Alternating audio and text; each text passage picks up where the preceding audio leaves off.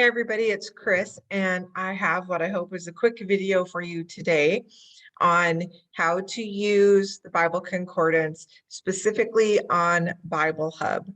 When you're using a concordance, you can buy the Strong's Exhaustive. That's the one I'm familiar with. There are probably other ones, and you'll have a great big, huge, very massive dictionary size book, which is great. But the one time that I actually prefer being online and reading online is actually with the tool I'm going to show you today, because I have access to so much information on this one page online. So I'm going to show you that. If you're asking why we're going to use this tool, it's because we have arrived, those of us who are studying 1 Peter together, at the step in our studying that I call verify. It's in the prove it method that I named for the steps that we take in inductive study, which means using the Bible to study the Bible. And so we pray before we study every time we open the word. We have access to power to understand scriptures and to learn and study. It's what scripture tells us. But just like the light, if you want light and you're in a dark room, you have to turn on the switch and then you have the light. So we need to turn that switch on, and that's where we activate our connection to the Holy Spirit, who's going to teach us. So we don't want to forget that. If you're ever struggling, it's not working, stop and ask to see if you prayed. And if you didn't, stop right then and go ahead and try again. Okay, then we read. We read and we reread. We read a whole chapter, we read a whole book, and then we reread as we observe, which is the next step. And we've spent a lot of time in the past few weeks in observation, which is slowing down in a chapter in smaller segments and focusing in on keywords, big biblical ideas and themes, and trying to find out as much as we can by the context the words and the scripture lives in. Who wrote it, who they write it to, what was it about, when was it, what's going on, where are they? We can answer a lot of those questions sometimes. And how did they do something? Why should we do it? Those are great questions to ask. And these are tools to help us slow down and do that. So we've been doing that.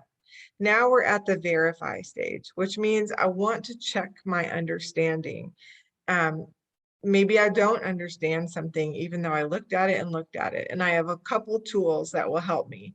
And one of those is cross-references, which we will talk about along with this video. We'll probably make a separate sort of stand alongside video to go with this one. But the first one I want to talk to you about is the concordance, which means looking up the word we see in English in its original language, either Hebrew in the Old Testament or Greek in the New. And so we're in the Greek in 1 Peter, and so that's what we'll be using. And so the place we'll be going today is Bible Hub, and you can get there by going to BibleHub.com. I have already loaded the home screen for it up on my screen, and so I'm bringing it up for you right here. This is what the home page looks like. There's a lot of rows. It looks overwhelming. It looks like a lot of information, but some of it you don't have to worry about, and some of it you'll understand very quickly when you start to use it. The first thing we want to know is, where do I find the word I'm looking for? What verse does it live in? Where do I find it? And so we are going to go to the search tool to find that. Okay, so searching would be done in one of two places. You can see the word Genesis right here, and then 1:1. You can click this drop down bar and you can get to all of the books of the Bible, and you can type in the verse or a chapter right here. You can find it drop down. There's verses, and then eventually you'll get to the next chapter. I use that most of the time, but the probably faster way is to type it in here in the drop down bar here. So I can see this is the verse I want to go to. and it should take me there. It did not do it the last time. No, this is not the page I want to be on. So we're going to backtrack because for some reason, even though it did it just fine earlier, it's not doing it here. Let's try it once more without me going to that one. Let's try it now. There we go. This is the parallel page. And this is my favorite. Like if I had or cared about or knew how to do all the stars and emojis and I wanted to do editing, which I do not want to do, this page right now would be lit up with fireworks and hearts. This is my favorite. I can find out almost everything I want to find out about a word or a passage from this page. And so this is the parallel. If you, to get back to this page, if you're ever in a whole chapter, which I can do right now. So I'm in 1 Peter 1:1. Let's say I want to see the whole chapter of 1 Peter. I just choose the version of the Bible. That's this row right here. So you can see NIV, NLT, ESV, I don't even know what they all stand for, but they're under there if you highlight Berean. Here's King James, New King James, and NASB. Most of the time I'm in one of these two. Our homework was written in the New American Standard, so I'll click on that and it's going to take me to the whole chapter. So you can see that right here. So now if I'm in the whole chapter and I see, oh, there's a word I want to look at in a certain verse, which mine is in verse 1. Here's chosen right here. That's the word we'll be using. Then I click on the highlighted one and I'm right back at the parallel page. So the reason it's called parallel is because all of these versions right here where it says verse, here you go. Here are all the different versions where you would see that. That will give you a quick idea of what a word might be. I can show you, for example, I'm talking about the word chosen. In the NIV, they use the word elect. Here you see chosen. That can help you with a quick definition of a word sometimes. Okay, let's go back up to the top because today we want to talk about language. And that's what you'll find here in this row, these words right here, interlinear, Greek, lexicon, and multi. I'm still learning about this page. There are so many things here. I just looked at multi for the first time the other day. These are sermons. This is topical study. Here's the Strong's Concordance, commentaries, and then here's where we learn about the language. Again, we're in the Greek because we're in the New Testament. If you were in the Old Testament, it would be Hebrew. So the one I use the most is the lexicon.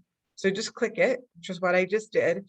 And I like it because I like the order that it gives me here. Sometimes I do go to the other ones because I can see parts of speech there, which will sometimes help with understanding the tense that they're using, especially with the verb tense. So I'm going to just scroll down. You see here, NASB, this is the version I'm in. This column is the Greek. Here's what it looks like in Greek, which it's all Greek to me. Here's how they've written it. It's called a transliteration, how they've written it in English for us to be able to try to pronounce it. Here's the Strong's. It's got a number and then a very short abbreviation. You don't want to stop with this abbreviation. We're going to click on this number to get all the information. And if there's a little bit of word origin here sometimes. So I'm going to go until I find the word I want to look at, which is chosen. It's the last one in this arrangement. Here's the Strong number, and then I'm just going to click on it. It's highlighted in blue. Now it brings me to the page for the Strong's Concordance number. This is actually the summary page. So it already contains all of this information. This is the summary page.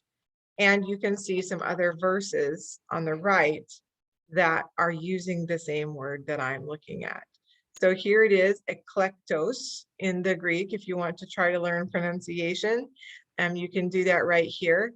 If you are on, I think it's Blue Letter Bible, they actually have a pronunciation guide. And I actually think if you Google these words, you will also find a pronunciation where you just click on the little microphone or speaker, I guess, and it will play the word in that language for you. So you can see the part of speech, again, the pronunciation, a short definition, select, I see the word favorite, and then the usage, which is a longer definition. So chosen out, elect, choice, select, of those chosen out by God for rendering of special service to him, of the Hebrew race, particular Hebrews, the Messiah, and the Christians. So that's a very full definition. However, you'll gain some more information if you continue to scroll down. So I'm seeing helps word studies. I love the definitions and helps word studies. It'll use information from root words and other.